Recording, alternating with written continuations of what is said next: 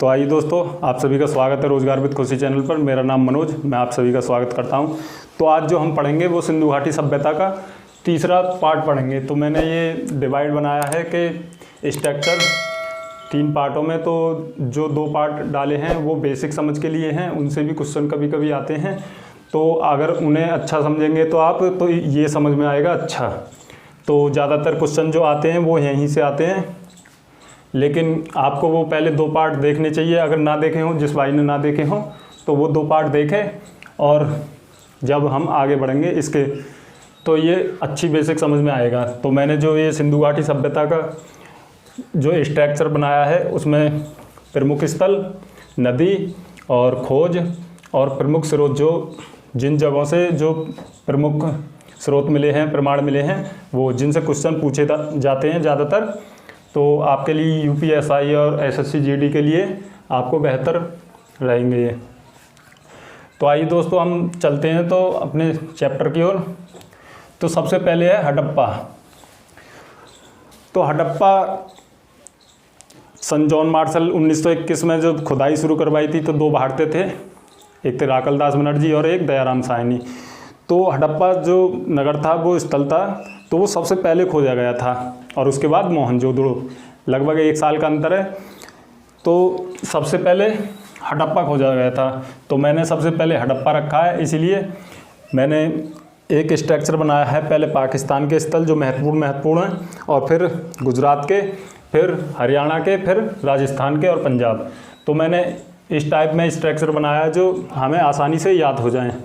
तो सबसे पहले हम हड़प्पा देखते हैं। तो हड़प्पा, तो ये पाकिस्तान के पंजाब क्षेत्र में एक ज़िला है मोंटगोमरी, तो उसमें पड़ता है। तो देखते हैं, तो ये रावी नदी के किनारे है। तो रावी नदी के किनारे, तो ये लगभग हड़प्पा किस नदी के किनारे है, ये क्वेश्चन काफ़ी पेपरों में बहुत बार पूछा गया है। तो ज़्यादातर जो लोग होते हैं वो सिंधु घाटी सभ्यता को सिंधु नदी को चूज करके आते हैं। तो उसमें क्या है कि वो गलत हो जाता है। ज़्यादातर जो स्थल हैं हमारे वो सिंधु नदी के किनारे ज़रूर पाए गए हैं, लेकिन हम ये नहीं कह सकते कि सिंधु नदी से अलग भी स्थल नहीं पाए गए। तो सिंधु नदी से बहुत स्थल ऐसे हैं जो अलग पाए गए हैं। तो ये इस पर ज़्यादातर ध्यान देने वाली बात है कि ये रावी नदी के किनारे पाया गया है, और इसके जो खोजकर्ता हैं वो दयाराम साहनी, इनका पूरा नाम दयाराम राय बहादुर दयाराम साहनी, और सबसे पहले 1921 में हड़प्पा नगर खोजा गया। अगर प्रमुख स्रोत देखें तो इससे क्वेश्चन बनते हैं काफ़ी। सबसे पहले देखें तो इसमें अन्नागार, जो अन्न भंडार का केंद्र होता था, तो सबसे बड़ा जो अन्न भंडार, विशाल अन्न भंडार, तो वो केंद्र पाया गया है यहाँ से। और कांस्य दर्पण जैसे टीन, तांबा आदि के मिलाने से जो कांस्य बनता है वो कांस्य दर्पण। और एक मुख्य जो बिंदु है वो है R37 कब्रिस्तान।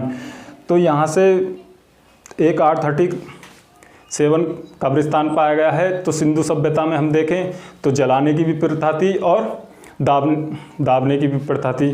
तो जो कब्रिस्तान की प्रथा थी वो हड़प्पा में थी, और जो जलाने की प्रथा थी वो मोहनजोदड़ो में थी। अगर देखें इससे अलग तो और भी क्वेश्चन है, जैसे श्रमिक आवास, तो वो भी हड़प्पा में मिला है। अब अगले पॉइंट की तरफ बढ़ते हैं। तो अगला पॉइंट है हमारा मोहनजोदड़ो। तो हम जानते हैं दोस्तों, हमने पिछले वीडियो में ही बताया, तो जब हड़प्पा स्थल की खोज हुई थी तो उसके बाद मोहनजोदड़ो की खोज हुई थी। और किसने की थी? तो ये राखलदास बनर्जी ने की थी। तो ये मोहनजोदड़ो जो नगर है ये किस नदी के किनारे है? ये सिंधु नदी के किनारे है। सिंधु नदी के दाईं तरफ जो मोहनजोदड़ो नगर है वो स्थित है। अगर बाईं तरफ देखें तो कोट दीजिए। ठीक है दोस्तों, समझ में आया? अगर देखें तो ये कब की थी? तो ये 1922 में लगभग की थी। अगर मोहनजोदड़ो को देखें तो ये सिंधु घाटी सभ्यता का सबसे बड़ा नगर था। और अगर भारत में देखें तो भारत में राखी गढ़ी है, तो उसकी तरफ हम बाद में बात करेंगे, पहले इसे देखते हैं। तो मोहनजोदड़ो से देखें तो स्नानागार, सबसे विशाल स्नानागार, तो हम समझ सकते हैं कि ये तालाब नहाने के लिए, तो हमने पिछली वीडियो में भी बताया काफ़ी तो आप पहले पिछली वीडियो देखें जिन दोस्तों ने नहीं देखी, तो काफ़ी अच्छा समझ में आएगा। तो विशाल स्नानागार, जो व्यक्ति थे वो नहाते थे और कपड़ा, रूम भी बने हुए थे तो उनमें कपड़ा चेंज करते थे और सामूहिक समारोह में उपस्थित होते थे। और यहाँ से कांस्य मूर्ति भी मिली हैं, पशुपति की मूर्ति भी मिली हैं और एक सरंगी पशु की मुद्राएं, जैसे इनका जो एक प्रिय पशु था तो जो वो प्रिय पशु था उसकी जो मुद्राएं थी उन मुद्राओं पर इसका छपाई हुआ है। अगले पॉइंट की तरफ देखें तो अगला पॉइंट है चनूदड़ो। तो चनूदड़ो भी सिंध प्रांत में पड़ता है, पाकिस्तान के में, और इसे देखें तो ये भी सिंधु नदी के किनारे है और इसकी जो खोज की है वो आर्नेस्ट मैके और एवं मजुमदार ने की है। तो इसमें जो मुख्य पॉइंट बनते हैं वो मन के बनाने के कारखाने, जैसे देखें तो छोटे छोटे आभूषण बनाने के कारखाने थे। और यहाँ से और भी हैं पॉइंट, जैसे पहले सिंधु सभ्यता में महिला जो सौंदर्य दर्शन जैसे कंघा, काजल, लिपस्टिक, पाउडर आदि का प्रयोग करती थी, तो वो भी प्रमाण यहाँ से मिले हैं। अगर अगले पॉइंट की तरफ चलें तो लोथल है अगला पॉइंट। तो लोथल हमारा अहमदाबाद गुजरात में पड़ता है। अहमदाबाद ज़िले गुजरात में पड़ता है। तो ये भोगवा नदी के किनारे है। अगर देखें तो रंगनाथ राव, इसकी खोज किसने की थी? रंगनाथ राव ने 1957। तो 1957 में की थी। तो हमें जितने भी हैं इम्पोर्टेंट क्वेश्चन उनकी ज़्यादातर डेट तो याद रखनी नहीं है। तो हड़प्पा, मोहनजोदड़ो और लोथल, इन तीनों की डेट याद रखेंगे क्योंकि ज़्यादातर क्वेश्चन यहीं से आते हैं और ना ही ज़्यादा खोजकर्ताओं के नाम याद रखने हैं, बस 4-5 के याद रखने हैं जिनसे क्वेश्चन बनते हैं। अगर देखें तो लोथल से क्या प्रमाण मिले हैं? तो पहला मिला है चावल के साक्ष्य। अगर हम देखें तो चावल के साक्ष्य उससे भी मिले हैं, रंगपुर से भी, तो आगे पढ़ेंगे वो।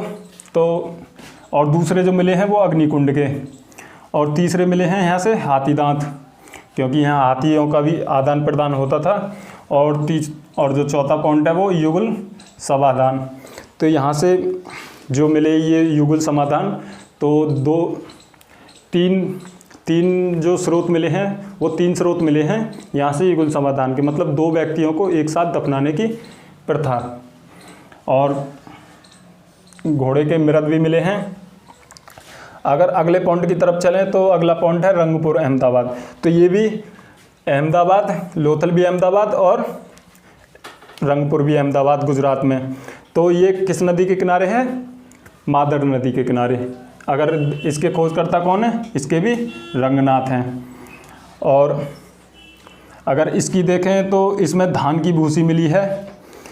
अगर लोथल के बाद हम मानते हैं कि धान के जो साक्ष्य मिले हैं तो वो रंगपुर में मिले हैं। अगर रंगपुर में देखें तो रंगपुर में धान की भूसी मिली है। तो हम इससे अंदाज़ा लगा सकते हैं कि यहाँ भी चावल के साक्ष्य मिल सकते थे।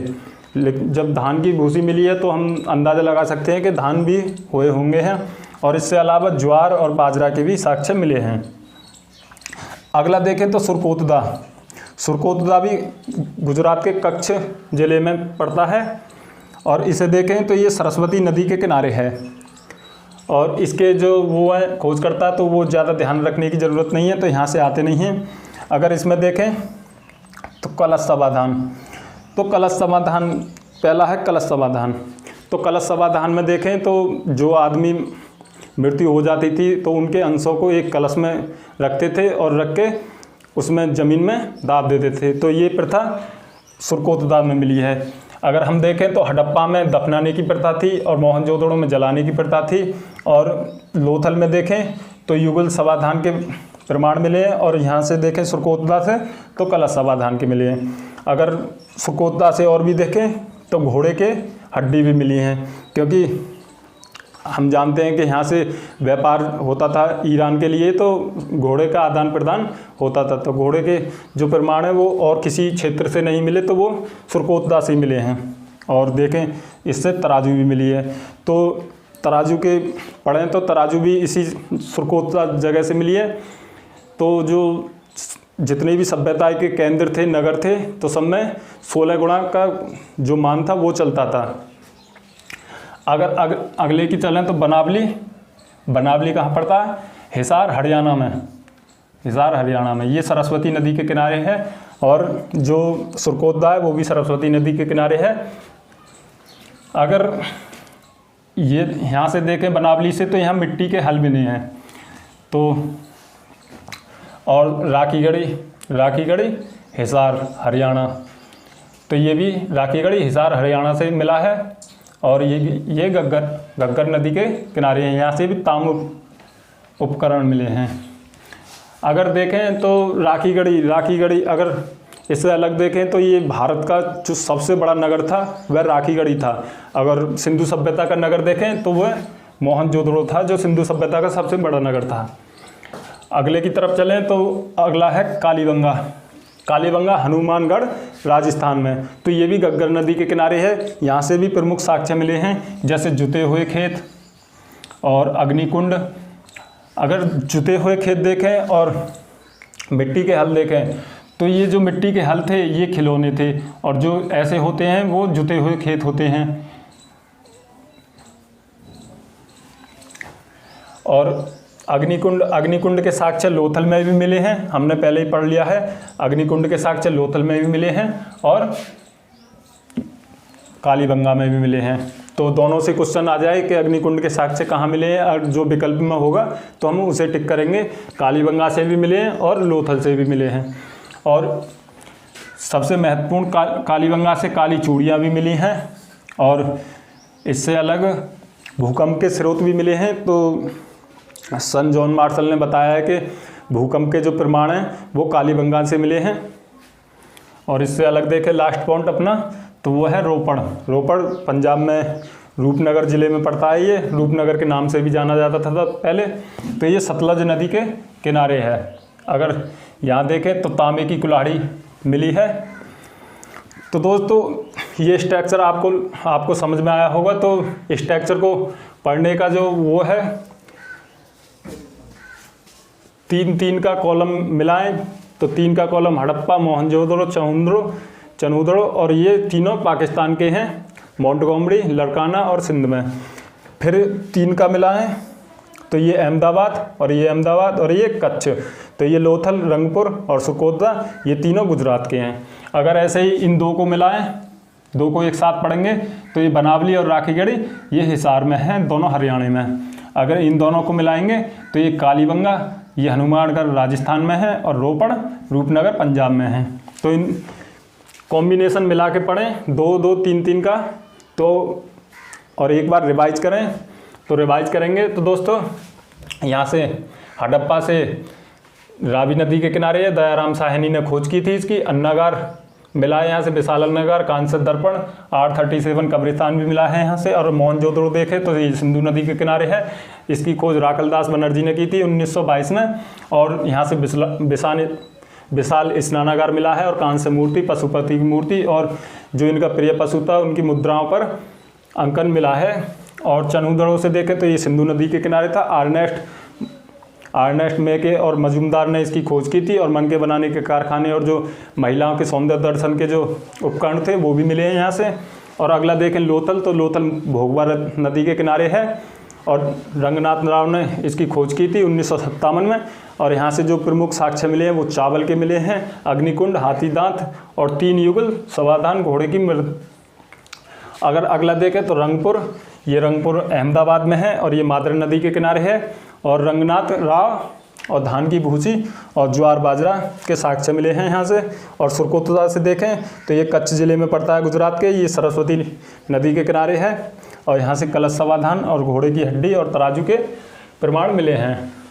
अगर अगला देखें तो बनावली हिसार हरियाणा में, तो ये भी सरस्वती नदी के किनारे है, और यहाँ से मिट्टी के हल्के प्रमाण मिले हैं। अगर अगला देखें तो राखीगढ़ी हिसार, ये घग्गर नदी के किनारे है, यहाँ से भी ताम्र उपकरण मिले हैं। अगर अगला देखें तो जैसे कालीबंगा, तो कालीबंगा घग्गर नदी के किनारे है, और कालीबंगा हनुमानगढ़ राजस्थान में पड़ता है। यहाँ से जुते हुए खेत, अग्निकुंड और चूड़ियाँ और भूकंप के स्रोत मिले हैं। अगर अपना लास्ट देखें तो लास्ट है रोपड़ रूपनगर पंजाब में, तो ये सतलज नदी के किनारे है, यहाँ से तांबे की कुल्हाड़ी के प्रमाण मिले हैं। तो जब लास्ट तो दोस्तों अब चलते हैं हम सिंधु सभ्यता का पतन। तो सिंधु सभ्यता का पतन काफ़ी बड़ी सभ्यता थी, विस्तृत सभ्यता थी और इसमें लगभग 13 लाख वर्ग किलोमीटर में फैली थी ये सभ्यता। लेकिन अगर बाद में खुदाई से पता चला था कि लगभग ये 20 लाख वर्ग किलोमीटर में फैली थी। तो जो अलग अलग विद्वान हैं वे अलग अलग तर्क रखते हैं अपने, और मैंने जो चूज़ किए हैं वो इम्पोर्टेंट हैं। तो सबसे पहले पे आते हैं, तो पहले हैं अर्नेस्ट मैके एवं सर जॉन मार्शल। तो ये जो लोग हैं ये बाढ़ का कारण बताते हैं कि यहाँ बाढ़ आई होगी और ये सभ्यता नष्ट हो गई होगी। तो देखें तो ज़्यादातर विद्वान हैं वो बाढ़ को ही अपना कारण मानते हैं, और वैसे जॉन मार्शल ने भी अपने अलग एकल में काफ़ी अलग अलग तर्क दिए हैं इसकी सभ्यता के बारे में। और दूसरा देखें तो दूसरा है चाइल्ड एवं व्हीलर, गार्डन चाइल्ड एवं व्हीलर। ये विदेशी आक्रमण को अपना तर्क देते हैं कि विदेशी आक्रमण हुआ होगा और ये यहाँ की सभ्यता नष्ट हो गई होगी। तो हम आगे पढ़ेंगे कि वैदिक सभ्यता में ऋग्वेद में इंद्र को पुरंदर कहा गया है, और पुरंदर अर्थात पुरंदर का मतलब है किला तोड़ने वाला। तो ये जो लोग मानते हैं कि जो विदेशी लोग थे वो आर्यों के रूप में इस सभ्यता पर आक्रमण किया, और जो आक्रमण किया तो ये सभ्यता नष्ट हो गई। फिर बाद में आकर इन्होंने वैदिक सभ्यता का निर्माण किया। और अगले देखते हैं फेयर सर्विस। तो फेयर सर्विस बोलते हैं पारिस्थितिकी असंतुलन। तो पारिस्थितिकी असंतुलन में कहते हैं ये कि यहाँ की जलवायु में कुछ परिवर्तन हुआ और यहाँ की जो सभ्यता थी वो धीरे धीरे नष्ट होने लगी। तो दोस्तों पतन आपको ये चैप्टर आसानी से समझ में आया होगा। तो दोस्तों इस वीडियो को लाइक करें, शेयर करें और अपने दोस्तों को भी शेयर करें और सब्सक्राइब करें। और तो दोस्तों अब हम जो अगली वीडियो लेके आएंगे तो उसमें हम बताएंगे कि राजनीतिक जीवन, सामाजिक जीवन और आर्थिक जीवन और धार्मिक जीवन, जब तक हम किसी सभ्यता का बेसिक नहीं पढ़ेंगे तो वो सभ्यता हमारे लिए अच्छी समझ में नहीं आती। तो मैं चाहता हूँ कि आप अगला भी वीडियो देखें।